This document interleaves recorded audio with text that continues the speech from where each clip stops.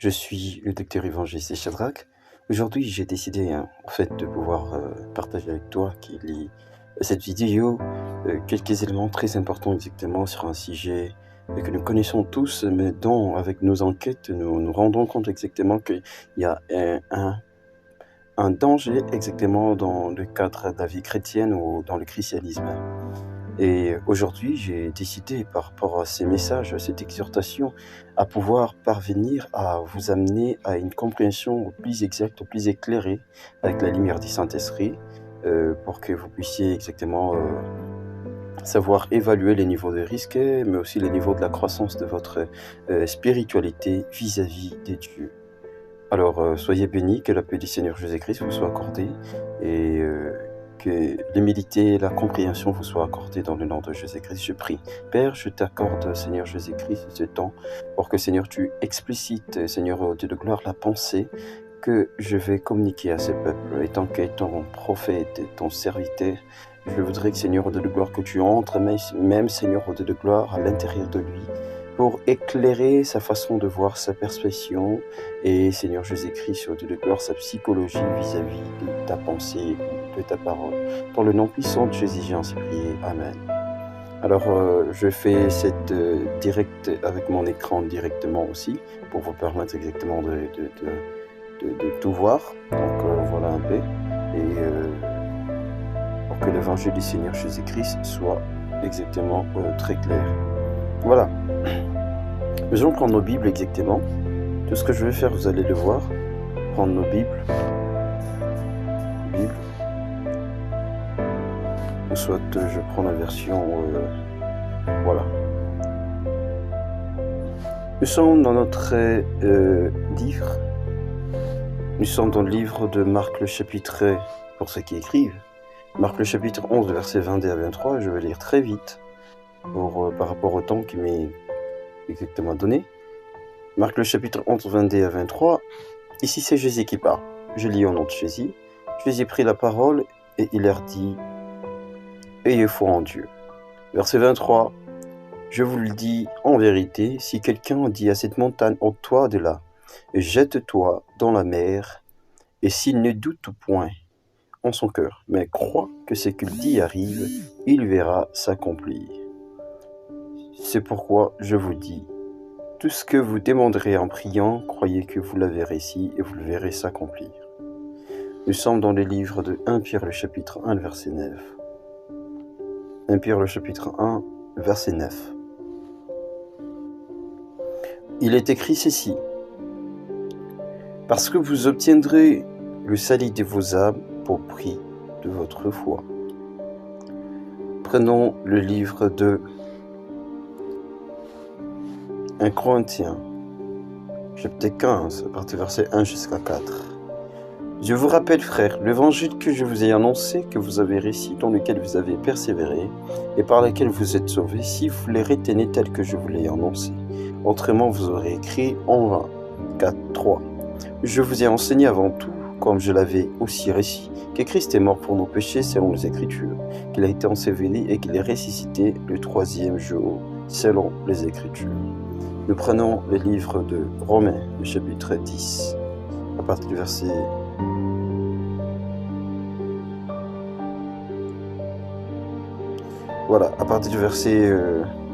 16. Mais tous n'ont pas obéi à la bonne nouvelle, aussi Isaïe dit-il, qui a crié à notre prédication. Le verset 17 qui est intéressant. Ainsi la foi vient de ce qu'on entend, et ce qu'on entend vient de la parole de Christ. Mais j'ai dit, n'ont-ils pas entendu? Au contraire, leur voix est allée par toute la terre, et leur parole jusqu'aux extrémités du monde. Verset 19. Mais j'ai dit, Israël ne l'a-t-il pas su?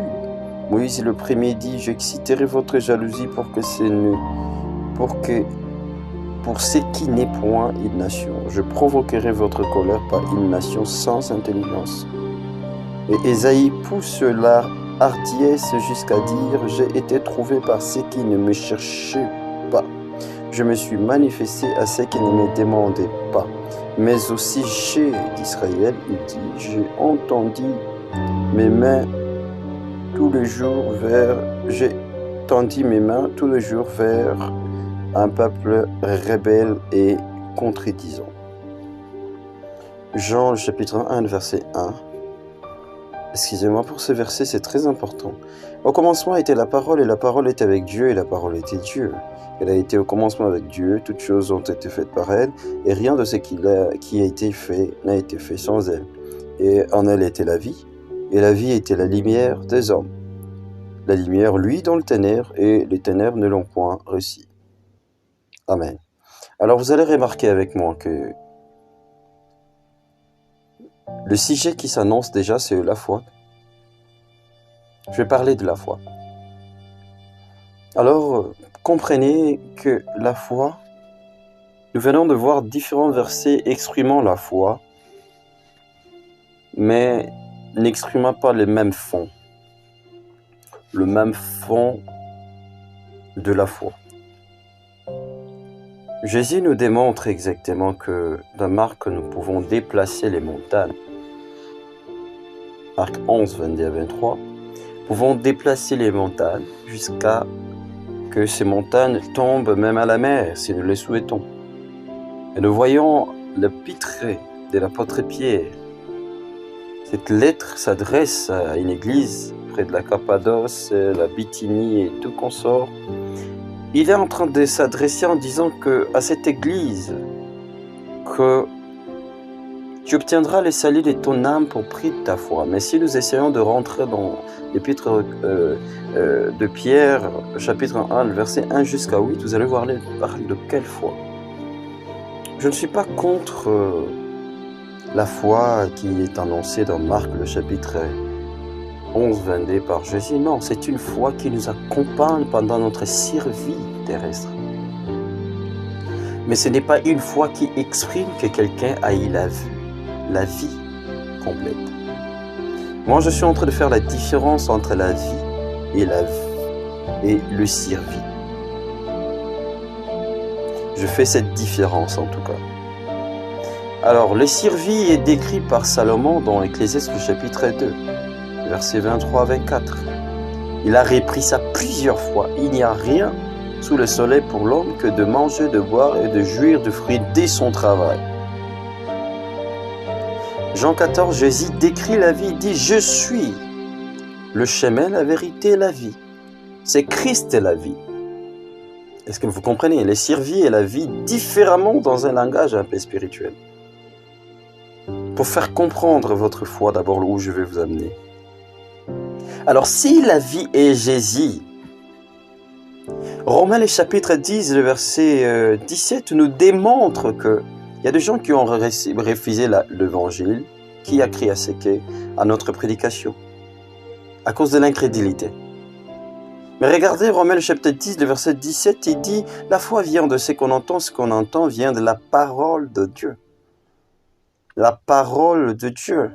Et vous ne me direz pas que ce verset exactement est en train de faire allusion au texte biblique, ou juste à l'écriture.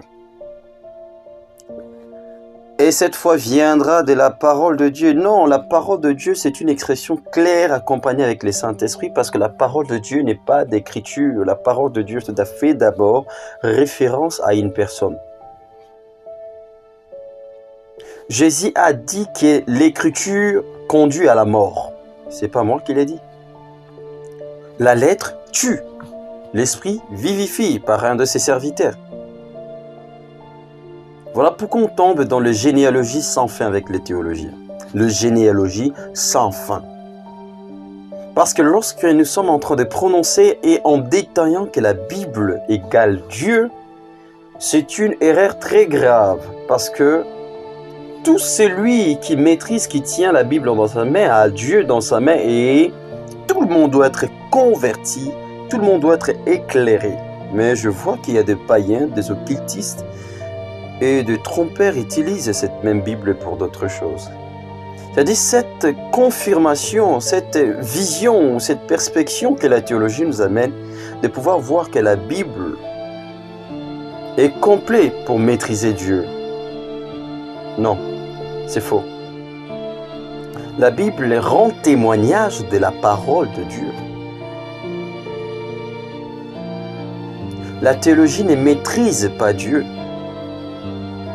La parole de Dieu fait référence dans Romains chapitre 10, fait allusion à une personne. Je vous ai démontré exactement avec les textes de Jean le chapitre 1, verset 1. C'est-à-dire la parole là, c'est une personne, cette personne est Dieu. Et il habitait avec nous ici, en lui avait la vie. On ne peut pas dire en lui avait la vie. On devait dire lui là, cette personne, cette parole, c'était lui la vie. Et lui là, en lui, il y avait la lumière. Non, lui là, il était la lumière. Est-ce que vous comprenez ça? Donc la foi vient de ce qu'on entend, vient de la personne de Jésus-Christ, la lecture de la vie et de l'esprit, de la réflexion, de la conduite de Jésus-Christ. C'est par là que la foi grandit. La lecture que nous devons plus faire, c'est la lecture de l'intention, de la grâce manifestée, faite chair, de cette parole qui s'est fait homme, à habiter au milieu des hommes, pour que nous puissions avancer. Retenez ceci. Dans la foi, nous avons des aspects de la foi. Nous avons la foi de Marc, le chapitre 11, le verset 22 à 23, qui est l'appli prêchée aujourd'hui. Mais dans cette foi, il n'y a pas l'assurance d'Issalie. La foi de déplacer les montagnes est donnée à toute personne qui croit en Dieu. Toute personne ayant la foi peut demander et commander quelque chose. C'est la foi qui commande, c'est pas la prière. Ok, je ne vais pas entrer dans ce sujet parce que le mot prière de étymologie latin fait precarius ou bien priere, fait exactement référence à la conversation d'un être avec une divinité. Precarius. C'est-à-dire une conversation entre un homme et une divinité. Ok, et notre divinité, c'est Jésus. Et la prière, c'est un échange d'avis. Donc Dieu ne se nourrit pas de la prière, il se nourrit de la foi. Ok? C'est écrit dans les Écritures, il est le consommateur de la foi. Donc la prière n'est pas là, ce n'est pas ce qui chasse les démons. Les démons ne fuient pas la prière. Je vais vous donner un exemple exactement. Matthieu le chapitre 4, le même extrait est répété dans Luc le chapitre 4, que Jésus gênait, priait, mais Satan n'a pas eu peur de s'approcher de Jésus. Ce qui veut dire que Satan n'a pas peur de gêne et prière. Okay? Il a peur de la conscience que tu as de Dieu et de la foi. C'est ça qui fait peur à Satan. Donc il y a beaucoup de choses dont l'Église aujourd'hui a amené les gens dans une direction très très dangereuse exactement que je voudrais partager avec vous. Parce que sinon on se limitera qu'à croire que Dieu est un Dieu dont on doit prier pour les pains. On doit prier pour les mariages, on doit prier pour les voitures, on doit prier exactement pour obtenir, c'est-à-dire l'obtention de quelque chose. Et quelles sont ces choses? Des choses que même le nom. Lorsque je demande une voiture, le président peut me donner une voiture. Lorsque je demande un mariage, une personne peut avoir compassion de moi et me marier simplement parce qu'elle a, on m'a demandé dans son entreprise de pouvoir être marié. Pourquoi nous demandons, et nous sommes quelle ère, les calendriers de Dieu, nous sommes quelle ère pour que nous puissions demander ces choses? Le Seigneur s'attend à une église un peu plus mature en ces temps qui doit comprendre ses valeurs. Je ferme la parenthèse. Donc nous avons la foi de Marc, le chapitre 11, verset 22 à 23, qui sert à déplacer les montagnes, qui sert pour l'acquisition de dons, les déclarations prophétiques, la libération des oracles, l'acquisition de ministères, c'est-à-dire le déclenchement de ministères, le miracle, le prodige, etc. Ok? Mais cette foi n'assure pas les salis. Matthieu le chapitre 7. Matthieu le chapitre 7. 21, vous êtes d'accord avec moi ici sur ce point? Matthieu chapitre 7, à partir du verset 21, Jésus dit ceci: ceux qui me disent Seigneur, Seigneur, n'entreront pas tous dans le royaume des cieux, mais celui-là, celle qui fait la volonté de mon Père qui est dans les cieux. Plusieurs me diront en ce jour-là: Seigneur, Seigneur, n'avons-nous pas prophétisé par ton nom? N'avons-nous pas chassé des démons par ton nom? Et n'avons-nous pas fait beaucoup de miracles par ton nom? Verset 23, alors je leur dirai ouvertement: je ne vous ai jamais connu, retirez-vous de moi, vous qui commettez l'iniquité. C'est pourquoi quiconque entend ces paroles que j'ai dit et le met en pratique sera semblable à un homme prudent qui a bâti sa maison sur le roc. La pluie est tombée et les torrents sont venus, le vent sont soufflés et s'y sont jetés contre cette maison. Elle n'est point tombée parce que les fondés sur le roc. Ces versets nous démontrent que cette foi de Marc le chapitre 11 n'est pas l'assurance d'Issalie. Prier et obtenir quelque chose ne fait pas de toi un enfant de Dieu. aller gêner, tenir la Bible ne fait pas de nous des enfants de Dieu. Ou bien, parce que j'avais demandé quelque chose, je l'ai réussi, ce n'est pas ça l'assurance du salut. Dans notre temps, on nous a tellement amenés à croire que Dieu est un Dieu des distributeurs automatiques, qui est là pour répondre aux besoins humains. Et pourtant, la prière dans sa définition, comme je viens de vous le donner précédemment, c'est une conversation entre l'homme et un être suprême, n'est-ce pas? Alors, dans une alliance, dans une relation d'alliance, le plus puissant, c'est celui plus dont on s'intéresse à son avis. Lorsque je viens dans la prière, c'est plus pour m'intéresser à la vie, c'est-à-dire de mon Dieu. Son avis, c'est quoi? Son calendrier par rapport au parcours, mon dessein, c'est quoi? Je ne l'exige pas parce que je vis d'autres se marier, d'autres être en paix. Non, j'ai pris en fonction de son dessein déjà prédéfini dans ma vie. Et là, il y a peu de gens. Parce que chacun a un rôle à jouer sur cette terre, mais selon les calendriers et les plans de Dieu. Et nous sommes 0 heure moins 1 minute pour atteindre le 6e jour. 0 heure moins 1 minute pour entrer dans le 7e jour. Et l'Église dort. L'Église devait rentrer dans le fouille pour fouiller les Écritures ou les prophéties faites par le prophète qui était rempli de l'esprit du Christ, des prophètes messianiques qui avaient annoncé certains éléments face à ces temps dont nous sommes. Qu'est-ce qu'on prêche? Qu'est-ce qu'on prêche? C'est-à-dire aujourd'hui, l'Église est devenue juste un endroit où on vend du rêve. Un endroit d'où on essaie de réconforter les gens qui sont dans des soucis. Mais qui ne fait pas entrer totalement le gens dans une relation directe avec leur Seigneur. Mais qui leur font, c'est-à-dire devenir des adeptes qui passent par l'intermédiaire de nominations et de personnes qui ne sont pas des propriétaires des églises, mais des babysitters de l'église. C'est par là qu'il y a un danger. C'est par là qu'il y a un danger maintenant parce que aujourd'hui, l'Église est définie comme étant une propriété d'une personne. Et pourtant, le mot étymologique en hébreu, plutôt, hébraïque, plutôt grec, de ces mots Église, fait allusion à Ecclésia. Ecclésia qui fait allusion exactement à deux personnes mises à part. Ça veut dire hors d'eux, mises à part. Donc, on ne part pas le hors des, non, on devient hors du monde. C'est-à-dire, les gens devaient devenir l'Église, mais pour l'instant, les gens partent à l'Église. Parce que la conception du mot église est très dangereux. Parce que ce mot église local aujourd'hui est très dangereux pour les personnes qui sont faibles dans la compréhension de choses spirituelles. Vous voyez ça? Parce que c'est un mot conventionnel et ces mots conventionnels deviennent très dangereux et qui amènent les gens à s'adapter de Dieu, de venir obtenir quelque chose de Dieu et ils s'en foutent de la vie de Jésus. Quelle est la vie de ces Jésus-là? Son avis en ces temps? Nous sommes dans quel calendrier? Dans quel temps de prophétie, de la chronologie plutôt prophétique? Qu'est-ce que nous devons faire de notre côté en tant qu'Église pour réagir face au monde? Mais vous allez voir que les gens s'adaptent à Dieu. Non, ils s'adaptent à Dieu, ils ne se convertissent pas. Ils partent à l'Église, mais ne deviennent pas l'Église. Parce qu'ils sont des adeptes des hommes et non pas des Christ. C'est par là, en tant qu'un serviteur de Dieu, un mandaté du Seigneur. Je suis en train de me préparer parce que nous avons eu des conférences exactement dont on a montré à plusieurs hommes qui ont montré leur image qu'ils ne sont pas d'accord que les gens soient conscients, très conscients. Ils ne sont pas d'accord là-dessus. Imaginez, c'est la même chose qui s'est passée avec le Seigneur Jésus-Christ. Lorsqu'il est venu amener le mouvement de la réformation et réveil, qui se pose d'abord premièrement? Ce sont les hommes de Dieu, les théologiens, les scribes, les sadducéens et d'autres religions qui s'associent, mais ils n'avaient pas la même doctrine, pour simplement détruire ces mouvements véridiques qui viennent conscientiser l'Église et pour vivre une dimension de puissance. Non, parce qu'ils ont fait de ça de leur business. Vous voyez, ils se sont appropriés de la gloire de Dieu.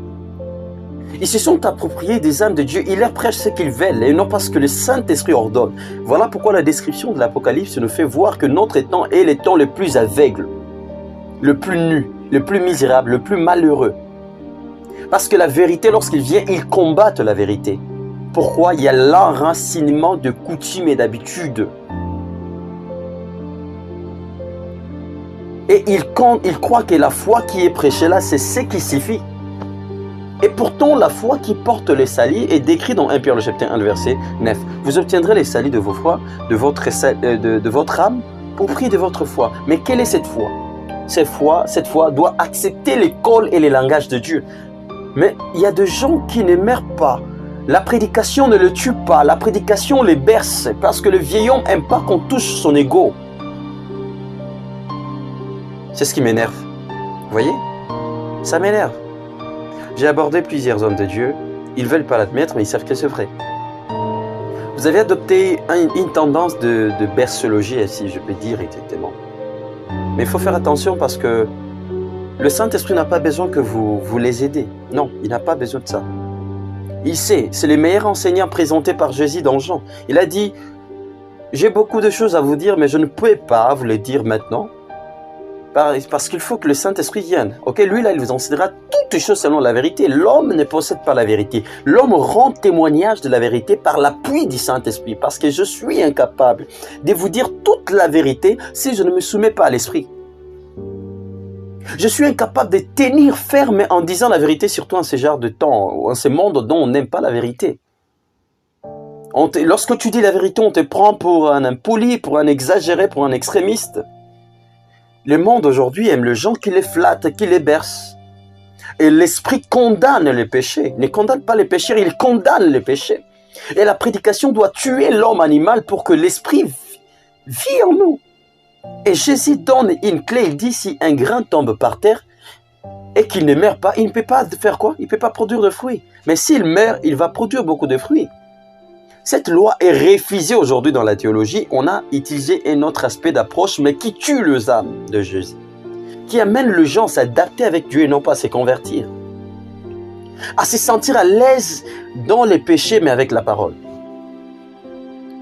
À croire que la foi se limite à s'asseoir sur les chaises, écouter une personne qui parle un bon français et puis rentrer à la maison. Et ça, ce n'est pas l'église de Jésus. Parce que la persécution arrive bientôt.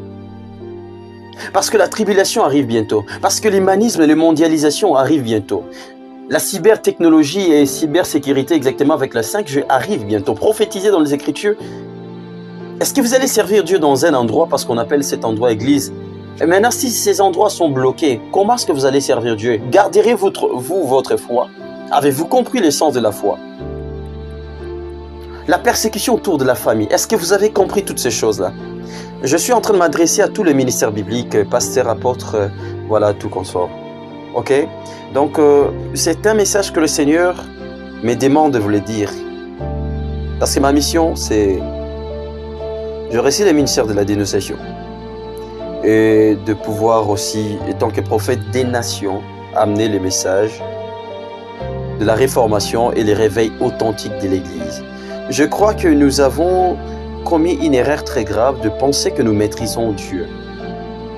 Ok? En pensant que la Bible, par la théologie, nous avons déjà compris Dieu et Dieu ne peut agir que selon ce qui s'est passé à l'Église primitive ou dans l'état mosaïque. C'est une erreur grave parce que David donne une clé, il dit que personne ne peut maîtriser la pensée de Dieu. Et Jésus, même avant de monter, de faire son ascension, il a dit que j'ai beaucoup de choses à vous apprendre. Jean lui-même, dans son évangile, dans Jean le chapitre 20 et 31, vers 25 et l'autre verset là, 31, 30 et 31, Jean est en train de dire, si on devait écrire tout ce qui s'est passé, je ne pense pas que le monde aurait pu les contenir. Regardez ça, s'il vous plaît. Soyez vraiment quelqu'un qui lisez ça avec l'esprit. Il a dit qu'il y a des choses qui ne sont pas notées. Et Salomon, dans sa sagesse, il dit, ce qui n'est pas là, on ne peut pas les compter. Ce qui veut dire, s'il y a des éléments qui manquent, c'est que la Bible en soi n'est pas complet. Et comment est-ce qu'on peut bâtir la foi sur des éléments qui ne sont pas complets? C'est par là que l'importance du Saint-Esprit intervient. Parce que la Bible rend témoignage d'une personne dont la Bible ne peut pas tout prédire, ne peut pas détailler, c'est le Saint-Esprit. Donc, nous lisons les Écritures pour avoir la précision et l'information de cette personne de Jésus pour provoquer notre foi. Et lorsque ça provoque notre foi, nous entrons dans la baie et dans une relation directe avec la personne du Saint-Esprit. Et le Saint-Esprit complète ce que nous ne pouvons pas comprendre dans les Écritures.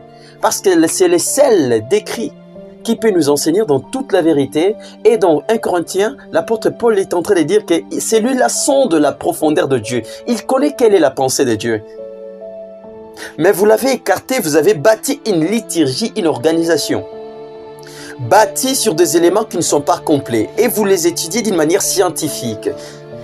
Et il y a une clé dans les Écritures qui dit « le chose spirituelle s'enjuge spirituellement ». Comment est-ce que vous pouvez définir Dieu? Simplement avec une intelligence scientifique, scolaire même, je peux dire. Et amener de milliards de personnes, de millions de personnes à fonder la foi sur des suppositions. Comment est-ce que vous pouvez imaginer cela? Vous voyez là, nous rejoignons le prophète Amos dans chapitre 5. Il dit « Malheur à ceux qui attendent le jour du Seigneur avec impatience, car ça sera ténèbres, non lumière. » Ça sera comme une personne qui fuit devant qui? Un lion et qui se rencontre avec un ours. Ça sera comme une personne qui échappe à l'extérieur, entre dans une maison et puis directement le serpent le mord. Ça sera ténèbres, pourquoi? Parce que beaucoup de gens vont échouer par rapport à l'attente de l'arrivée du Seigneur Jésus-Christ. Et ce sera de faute de qui? Non, nous devons imaginer un peu les Écritures très bien. Peut-être vous n'avez pas très bien compris ça. Regardez ça. Donc, il y a beaucoup de personnes qui seront disqualifiées. Parce que la foi qui doit produire en eux la volonté, l'acceptation de l'école de Dieu n'est pas parce que pourquoi ils ont pris Dieu pour une banque, des distributeurs automatiques. Ils ont pris Dieu pour quelqu'un dont simplement ils doivent déposer leurs idées, leurs intentions. Et ils s'en foutent de la volonté de Dieu, de son calendrier, de son plan. Ils s'en foutent du modèle de l'Église que nous devons appliquer maintenant. Moïse a construit les temples selon le modèle qui lui a été prévu. Vous, dans ces temps entre 2022 et 2030, est-ce que vous savez la réalité prédite dans les Écritures? C'est comme si la Bible est devenue une légende, un simple papier d'exposition, mais le fond n'est pas enseigné. Est-ce que vous savez les dangers que vous mettez les gens ici? Non, je suis très sérieux parce que lorsque je parle de ça, je m'énerve parce que, ayant réussi ces mandats, je me prépare. Mais je vous adresse déjà ces audios, ces enseignements, pour que vous sachiez, parce que je vise à réveiller la pensée de ces peuples, de ces nations. Surtout l'homme noir est négligent, l'homme noir à cause de la faim, il est prêt à faire n'importe quoi, à croire n'importe quoi. Vous voyez?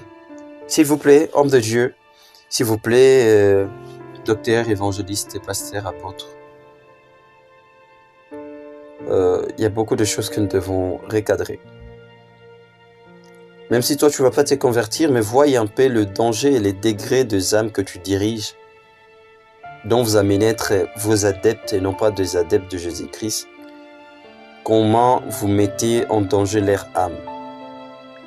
Réussir dans le ministère n'a rien à voir avec les quantités ou la grandeur du bâtiment. Réussir dans le ministère, c'est réfère en fonction de la gestion du mandat que Christ t'a donné, selon l'esprit, mais aussi de la capacité ou bien de l'impact de la puissance des enseignements que tu donnes qui transforment le cœur de gens. Tu réussis dans le ministère, c'est ça réussir dans le ministère. C'est pas le fait de faire de voyages, de prendre des repos en Angleterre ou bien faire une assemblée bâtie avec de lumière comme une boîte de nuit que tu as réussi dans le ministère. Ce n'est pas ça. Pas parce qu'il y a une grande rentabilité financière, ce n'est pas ça. Voilà pourquoi Jésus vous a prévenu, il a dit, le plus grand sur la terre est plus petit dans le royaume des cieux. Vous savez c'est quoi?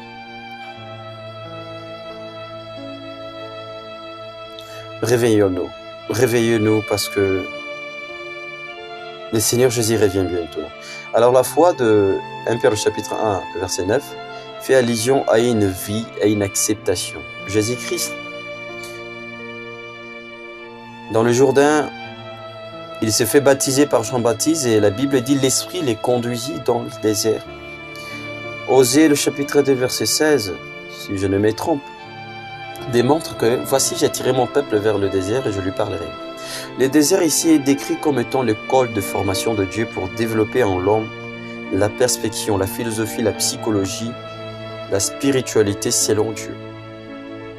Jésus rempli du Saint-Esprit, Matthieu le chapitre 4. Jésus fut amené par l'Esprit dans le désert pour être tenté par le diable. Dans Luc, vous allez voir ceci. Luc le chapitre 4. Qu'est-ce qu'il dit? Jésus rempli du Saint-Esprit, revint du Jourdain et il fut conduit par l'Esprit dans le désert. C'est l'Esprit qui l'a conduit dans le désert. Pour être formé de Dieu. Et dans le verset 13, qu'est-ce qui se passe? Après l'avoir tenté qui? Satan. Tenté, qu'est-ce qui se passe?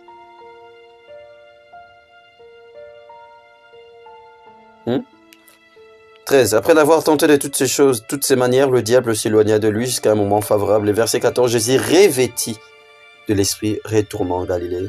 Et sa renommée était répandue dans tout. Vous savez, l'épreuve que Jésus a passée ici, c'est ça l'épreuve de la foi. La capacité à donner des fondements de roc, des enseignements qui posent les gens sur le roc, de tel point que lorsque les épreuves et les difficultés, la persécution, la tribulation viendra, ces personnes ne seront pas capables, même si on ferme des assemblées, ce ne sont pas des églises, des assemblées, c'est les églises des personnes. Lorsqu'on ferme des assemblées, ces personnes ne peuvent pas, même pas une minute, abandonner le Seigneur. Nous ne voulons pas former une église qui sert Dieu par peur de l'enfer, peur des épidémies. Nous voulons former une église par peur de Dieu lui-même. Comment est-ce on craint la création, on craint le créature? C'est ce que vous avez développé dans l'homme. Les sentiments que Satan est plus fort et les sorciers sont plus forts. C'est la répétition. Moi, je ne peux pas craindre un sorcier parce qu'il n'est pas de mon niveau.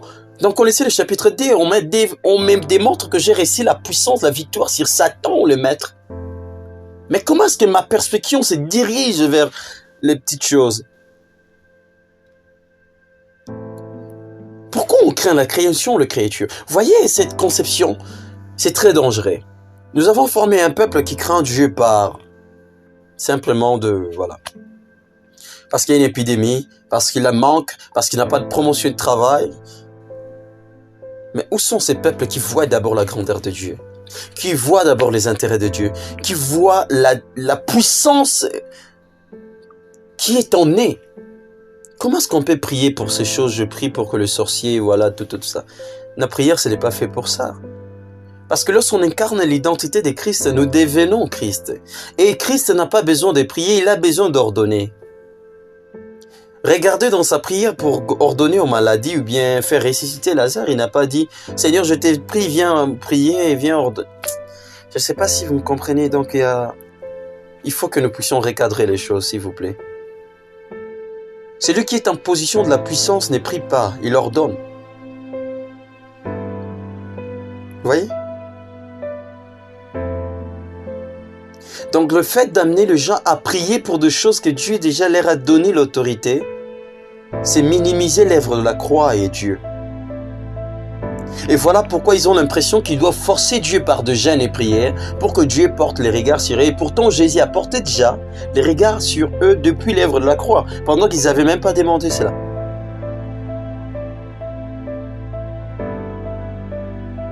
Non, s'il vous plaît, nous devons arranger certaines choses. Alors, les âmes de gens sont en danger. Je vous interpelle au travers de ces moyens avec mon écran direct pour que vous sachiez comment réparer ces choses. Le Seigneur Jésus est en train de revenir bientôt, mais la foi qui doit sauver les gens n'est pas enseignée. Il faut réformer la mentalité des gens. Romains chapitre 12. Et la clé, le verset 2, ne vous conformez pas au siècle présent, mais soyez transformés par le renouvellement de l'intelligence. Votre intelligence est un défaut.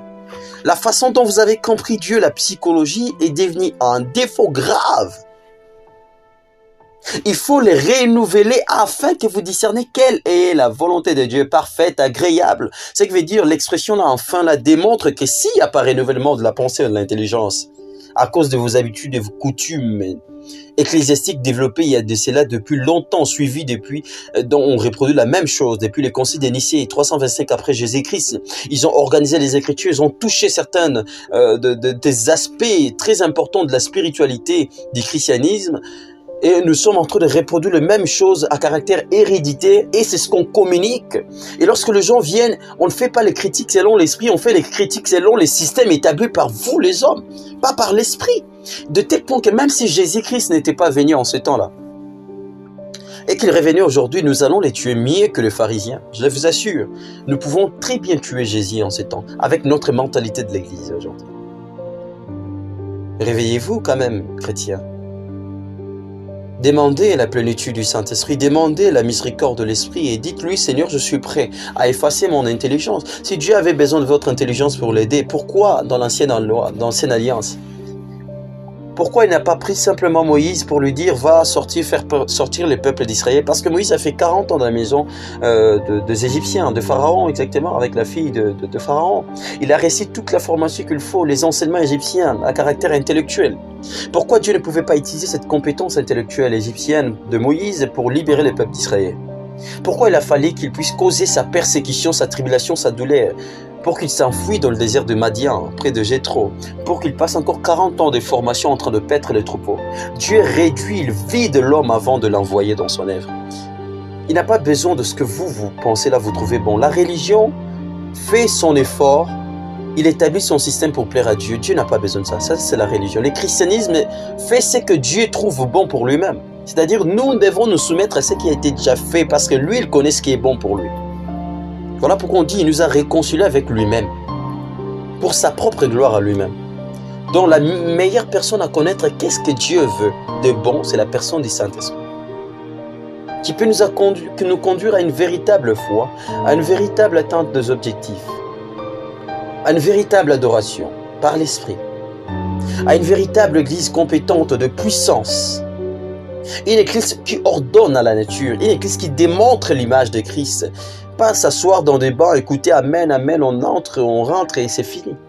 C'est pas ça l'église. Pas une église qui court après la politique et c'est comme si la politique était venue de Dieu. Cette église, c'est la politique qui court vers l'église et regardez bien l'histoire de l'église. Une église qui compromet son message parce qu'il a besoin d'une dîme de 10 000 $. C'est une honte ça.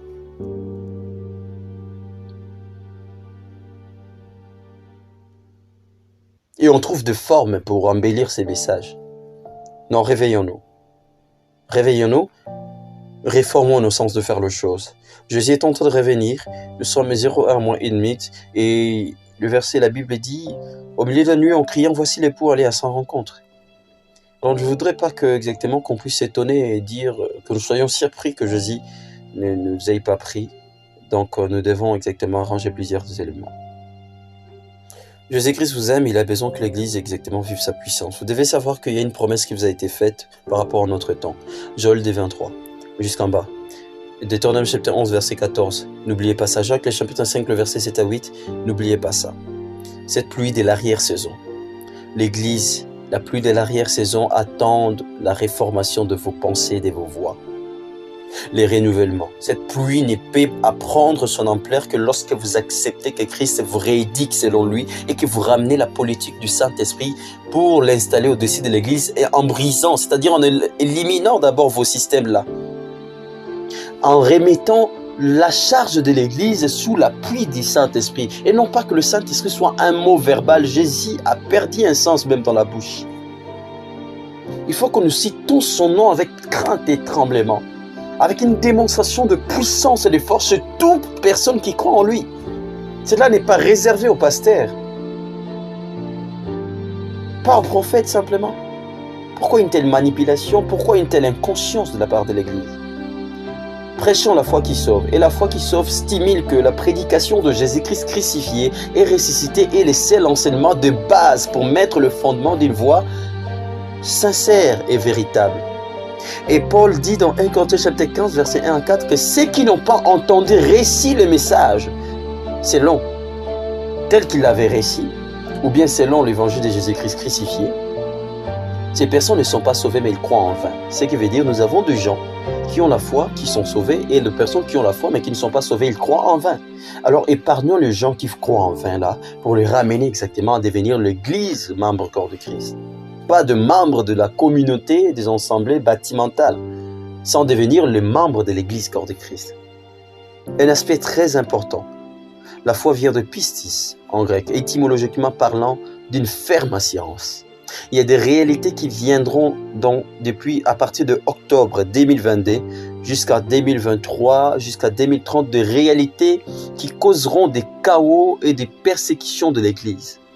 Là, je donnerai des enseignements pour bref de comprendre la mission des récits qui est l'ours, de comprendre exactement le dragon qui est exactement aussi représenté par le symbole, le totem de l'image de Chine. Et toutes les personnes qui le suivront, ils ont réussi ces mandats de Dieu et ça sera bien au débit par rapport à leurs propositions. Mais sachez que ça sera catastrophique pour l'Église de Christ. Mais on ne prépare pas les gens. De virus qui arrive, on ne prépare pas les gens. Le problème, ce n'est pas de fuir la mort. Le problème, c'est notre façon d'être. La mort nous trouvera comment? Ok? Donc, je ne suis pas trop tolérant lorsqu'il s'agit des choses de Dieu. Je suis très sévère. Je suis très strict. Et je ne voudrais pas que vous périssiez. Je voudrais que tous nous soyons ce jour-là dans le royaume des cieux, vivant la gloire de Jésus. Et cela est possible. Aide-moi à partager ces messages à toutes les personnes que tu trouveras, que tu connais, dans des groupes, dans des pages, afin que ces personnes soient interpellées. Et je voudrais que tu pries avec moi. Si tu veux donner ta vie à Jésus-Christ, répète cette prière après moi. Seigneur Jésus, je te donne mon cœur. J'ai été assez longtemps ignorant. Mais aujourd'hui, je ne voudrais pas être ignorant. Je ne voudrais pas fonder ma foi exactement sur des suppositions, sur des tâtonnements. Je voudrais fonder ma foi sur des fondements de roc possibles, des fondements vrais. Je voudrais comprendre tes intentions, ta pensée à l'égard de ma vie en ce moment. Je ne voudrais pas être celui qui s'emporte, qui se laisse diriger partout. Je voudrais être celui qui sera sévère et strict lorsqu'il s'agit de ma foi, mais en proclamant, en servant les autres. Permets que ta gloire éclate en moi. Permets que, Seigneur, ta gloire, que je refuse, que je sois capable de me priver de quoi que ce soit, mais que je puisse te servir et t'élever. Je te donne ma vie, mon cœur, ma pensée, mon corps, mes actions, tout de moi, mon travail. Je te le donne. Travaille avec moi, sois avec moi, en moi, sur moi, pour moi, Seigneur Jésus-Christ. Fais de moi ton instrument, l'instrument pour ta gloire, dans le nom de Jésus. Amen. Soyez bénis. N'oubliez pas de partager ces messages et d'interpeller, de pouvoir vous abonner aussi exactement à des liens que je vais envoyer. Et c'était le docteur évangéliste Shadrach. Voilà, c'est juste des ministères bibliques, mais ces titres ne sont pas importants. Donc, je suis Shadrach Mab. Et c'est l'esprit qui est important, c'est la réception du message, le fond du message que vous devez exactement comprendre. Je fais ça parce que l'esprit m'a vraiment interpellé de pouvoir travailler pour la réussite de la réformation et le réveil de l'Église. Donc voilà, et quand je commençais à évaluer exactement le niveau de l'Église, alors c'est ce qui m'a affecté un peu plus. Voilà. Sinon, je vous souhaite une très très bonne soirée et journée dans vos pays, dans n'importe quel pays vous pouvez vous trouver. Et Jesus love you. I love you too. Thank you. Et bye. François.